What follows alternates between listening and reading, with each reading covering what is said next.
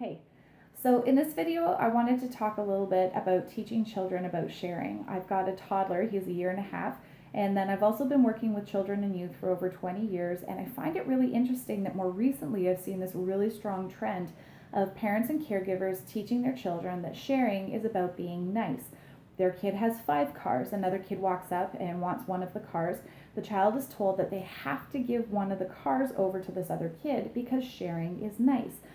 Sharing actually has absolutely nothing to do with being nice, and teaching kids that that's what it's all about can actually set them up for a lot of problems, especially if things keep being taken away from them against their will, and then we're telling them that that's sharing. That's actually rather twisted, so I'll share with you some other thoughts for your consideration. I believe sharing is very, very, very much about healthy boundaries and about building relationships, and here's what I mean by that. Grow those kids up by about 25 years. Those cars, that's now a real car. They've got a person who's asking, can I borrow your car? A very valuable resource. And so as adults, we know that sometimes we say no. Somebody asks us for something and we go, no, that's not happening for whatever reason. But how we communicate it, that's what decides if we're nice or rude. If we say no politely, we're nice. If we say no very rudely, then we're rude. So the sharing or not sharing is not about nice. Instead, let's take a look at the healthy boundaries.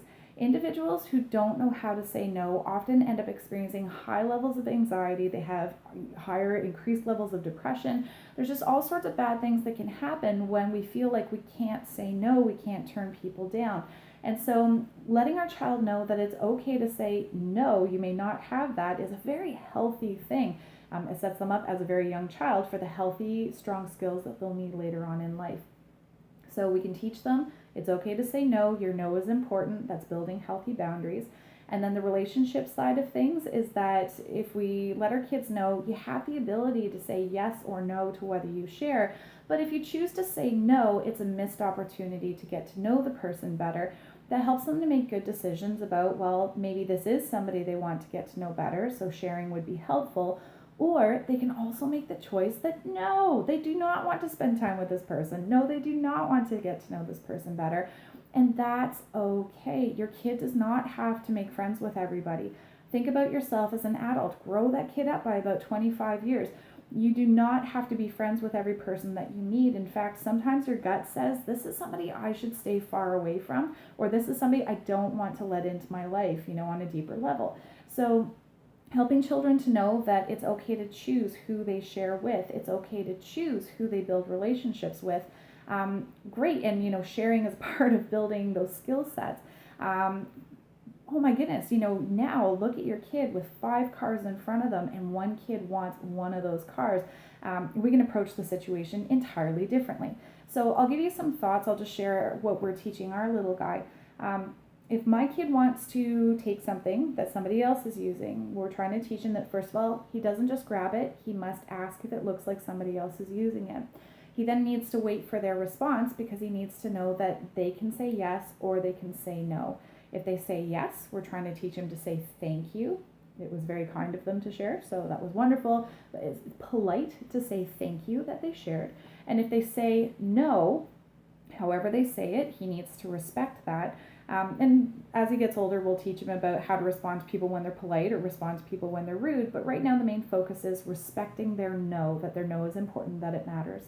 If somebody else wants to take something that he's using, then we teach him that, okay, this person seems to be indicating they want something that you have. You now have the opportunity to say yes or no. If he says yes, that's great, and it's fun to watch when he's building relationships with other people. If he says no, then we respect that. We do not force him to share, and we help him communicate with the person who's asking for something. Oh, you know what? It looks like he doesn't want to share right now.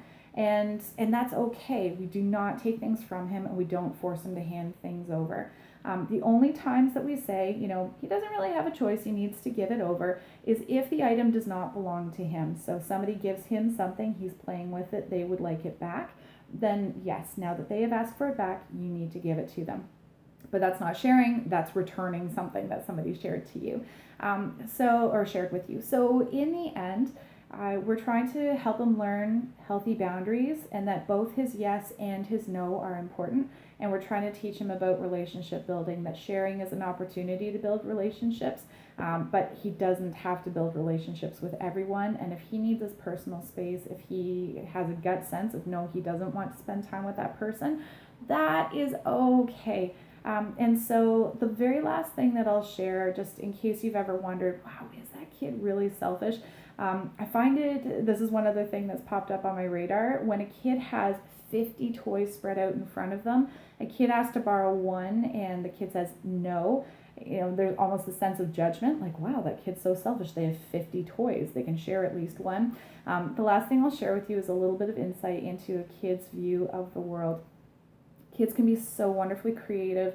And I don't know if you ever had to create a diorama in school where you had to put together an entire scene, maybe inside a shoebox, or maybe you were drawing, something like that. Anyways, an image, if you're creating, oh, I'm at the mall, or I'm at the park, or I'm playing with my friends, they might have many different elements all put together. And so that kid with 50 cars, in their head, it's a mall, or it's a stadium, or it's very involved. There's a lot of things going on.